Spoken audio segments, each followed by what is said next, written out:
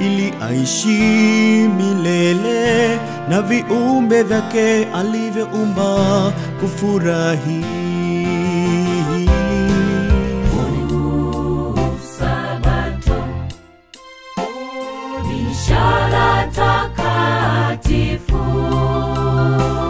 kwake Mungu na watu wake wote.